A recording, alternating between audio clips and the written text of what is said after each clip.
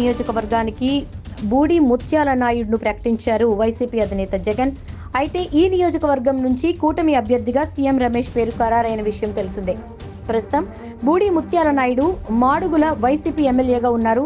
ఆయన్ను అనకాపల్లి నుంచి పోటీ చేయించాలని జగన్ నిర్ణయించారు.